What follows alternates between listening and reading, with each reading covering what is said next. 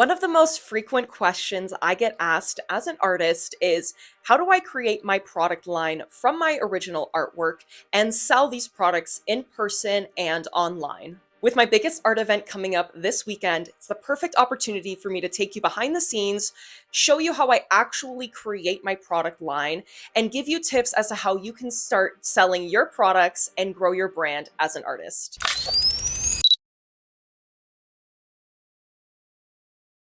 I started selling my original paintings and products of my artwork online back in 2020 during the pandemic. It really was a good opportunity for small businesses and anyone that kind of wanted to start something to do that, as we were all stuck at home, as you know. In the last couple of years, I did start doing in-person events once we could actually start doing that again, different festivals and markets, and I've really created a solid product line from my original products.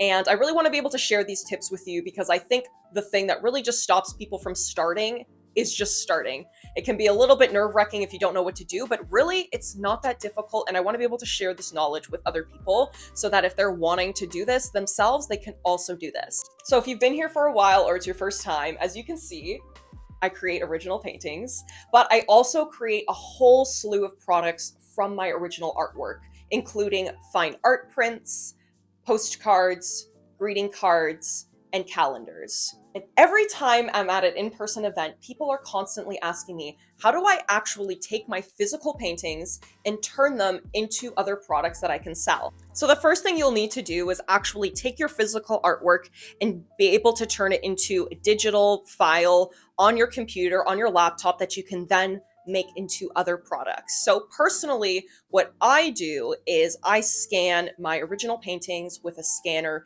that I've got a few years ago.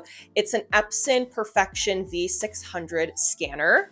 Now, I don't actually think that they create this specific scanner anymore. I think it's been discontinued, but there are other scanners that you can get that can do this. But if you don't want to invest in a scanner, I completely understand. It is a little bit of an investment. You can also take a photo of your original artwork. I would recommend using a DSLR camera or something that definitely has high quality so that you'll be able to capture the little details of your artwork and that doesn't get lost. I'm not really sure how maybe like a phone camera would do for that because I don't personally do that. Maybe they work great. Let me know down below if you've done that, but I use a scanner. That's like the number one question that I get asked every time I'm at an event. People are like, how do you actually take your artwork and make it into this printed file? So I scan it and then I use Photoshop to actually edit my files. Again, Photoshop is one of the tools you can use. Some people use Canva, and there's other editing softwares that you can use, but I've used Photoshop for years. It's just what I'm personally comfortable with. So once you've actually scanned your original artwork, like I said, you'll then have that file on your laptop, on your computer. You'll want to take that file and edit it in some sort of editing software to make sure that it looks the way that you're wanting it to look. The great thing about a scanner is that normally there's not much editing that you actually will need to do to the file once it's scanned. Scanners do an amazing job at getting the detail and the color just right. So I really don't edit my files much after I've scanned them. The thing that you want to do though is make sure that you size your file to the correct size that you're wanting to get it printed. For instance, if you're wanting to do an 8x10 print, you'll want to make sure that you create a file that's 8x10, put your print on there so that when you go to actually print it, it's in the right size. One of the mistakes that I always used to make when I first started making my product line is I would not actually size down correctly. I would try to get my things printed and they would be like, oh, this size is not correct. You need to size this down. So just make sure that you're opening a separate file, putting your file in the correct size, and then you'll be able to actually get that printed properly. Now, as I mentioned, I make fine art prints, postcards, greeting cards, and calendars. So the great thing is once you scan your original artwork, you can just use that same scan for really all the products that you want to get made. For instance, you're wanting to make an 8x10 print, but you want to make, let's say, a card that's 5x7 or whatever size you're wanting to do. You can then just create that file in the size that you're wanting it and send it off and get that printed the way that you're wanting it to get printed. Since I do create all of my products myself, I do create the designs for the backs of my postcard. So that's something that does take a little bit more time, I guess, to edit and create. So in a separate video, if you're wanting a little bit more information as to how to actually create the postcard back and whatnot, I can get in a little bit more depth, but I really just wanted to kind of give you the general gist in this video of how to get started and do this yourself to sell your product online and in person. Now that you have rendered your original artwork into digital form and it's ready to print, the next thing is getting that printed. This is where you can decide if you're wanting to actually buy a high quality printer and print the products yourself, or if you're wanting to find a local print shop that you can get these products printed at. Personally, for myself, I have a local print shop that I've used for years that I trust, that do a really good job, and I get my products printed there. But as I said, you can buy your own printer. I know some artists that do this, but for myself, this is what works out the best. The great thing about this is, since it's your business, it's your product line, you can decide how you want to do it.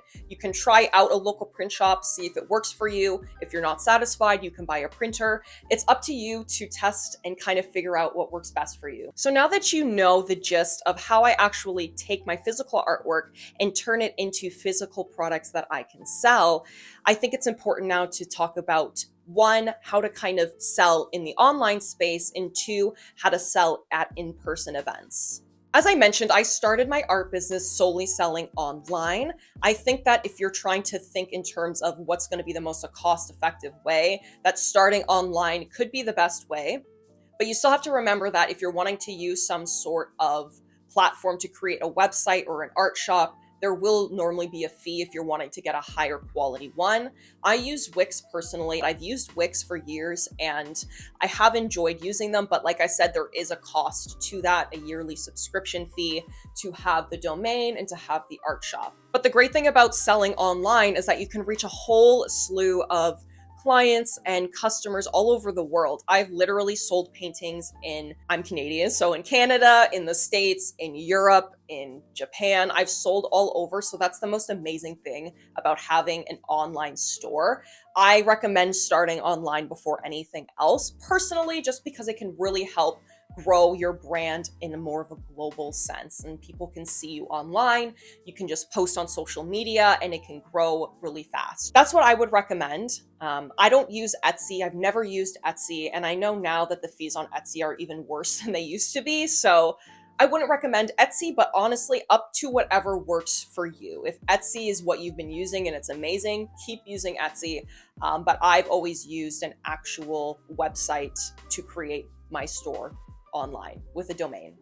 One of the other reasons why starting a website online might be the best option is because you don't need to invest as much as you would to actually sell at in-person events. When it comes to in-person events, you have to think of all of the things that you need to physically have a little store at these events. You'll need to buy displays, you'll need to have tables. If it's an outdoor event, you'll most likely need to have some sort of canopy. So all of that is quite the investment, especially if you're trying to really have a lot of stuff. It can be quite the investment. So you just want to make sure that, you're choosing wisely how you want to start. I started in the online space, like I said, and then started in-person events a few years ago. But now I do about 2 events a month that are in person. So I've really grown to love doing the in-person events. I do a lot of art markets, festivals, all that good stuff. It's a really great way to market yourself locally in your local community, which I think is huge.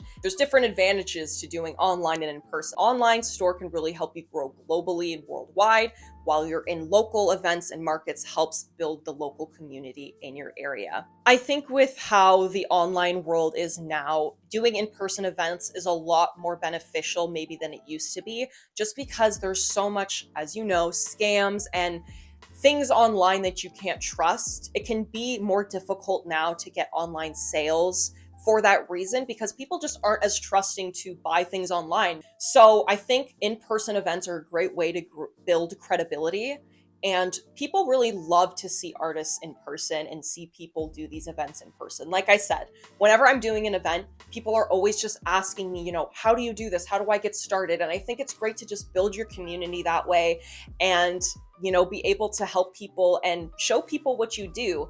I also think with art, it always looks better in person. Sometimes online just doesn't do it justice. So I would highly recommend doing in-person events. It's something that I've grown to love. I have to have displays for my postcards, for my greeting cards, for my prints. I will have tables that I'll use.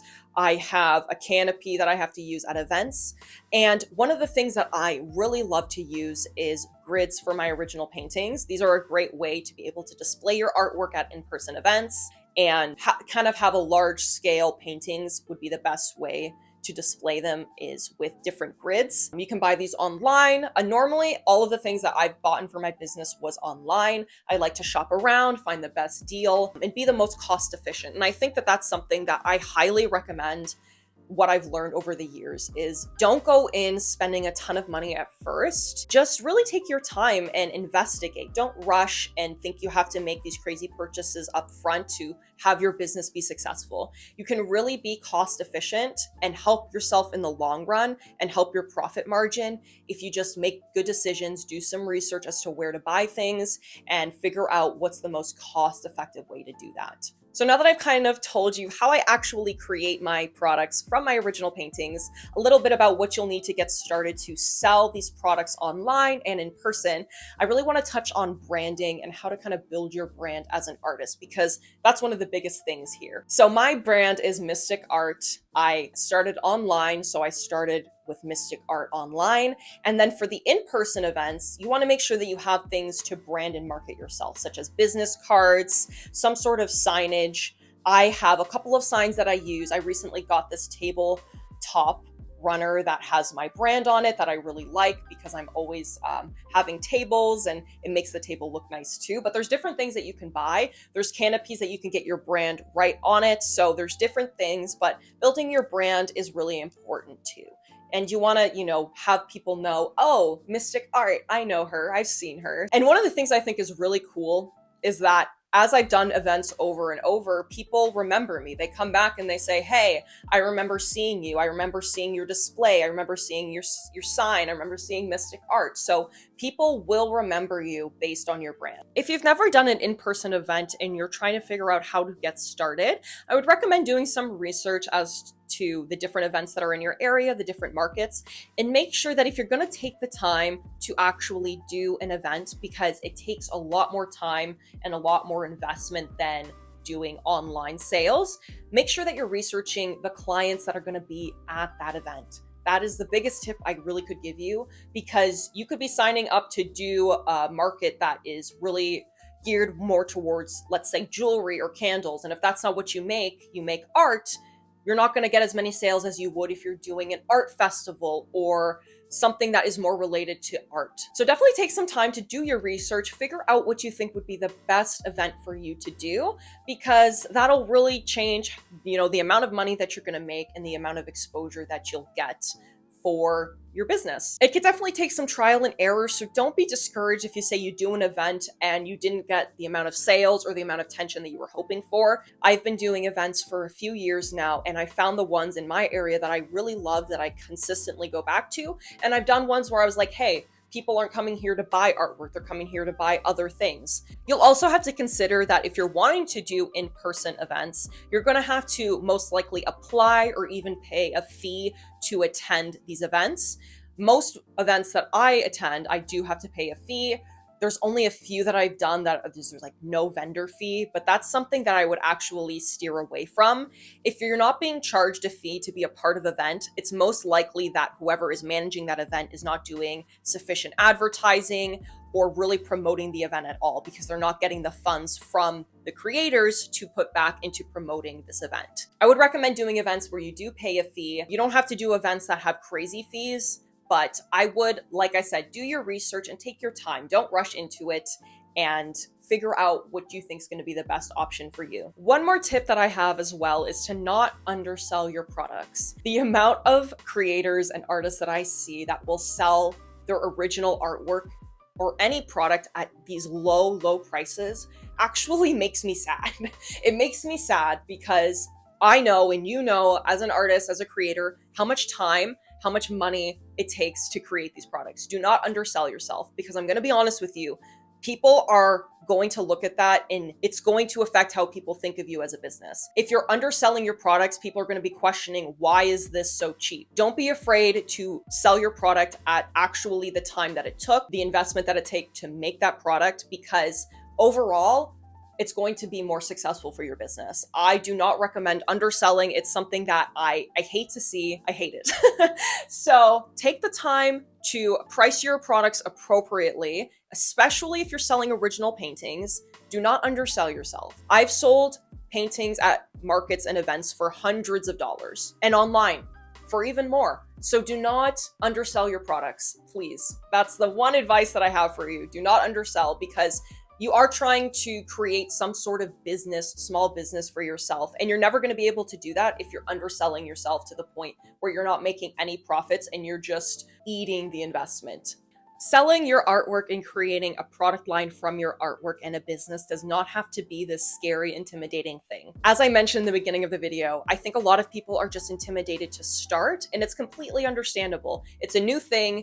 You get nervous, you don't know if it's going to work out, but don't be afraid to get started on growing the dream that you want to do. This doesn't even relate to just artwork. Anyone could be watching this video. If you create any product, do not be afraid to just put yourself out there and show what you have to offer to the world. I hope that this video helped get you started on creating products from your original artwork or your original creations, giving you tips and tricks as to how to actually sell and market your product online and at in-person events, and how to grow your brand. If you guys are wanting a specific video on anything that I touched on in this video in a little bit more detail, let me know below. I can get more into detail onto how to create certain products like the postcard designs, and a little bit more into branding, whatever it is that you're wanting to see. I would love to share what I've learned with you guys, because I don't want this to be a scary, intimidating thing for anyone. I want everyone to feel like they can do this, because really anybody can do this. Thank you guys for watching this video. Like and subscribe, follow me on social media, check out my online art shop. I appreciate you all so much for watching, and I will see you in the next video.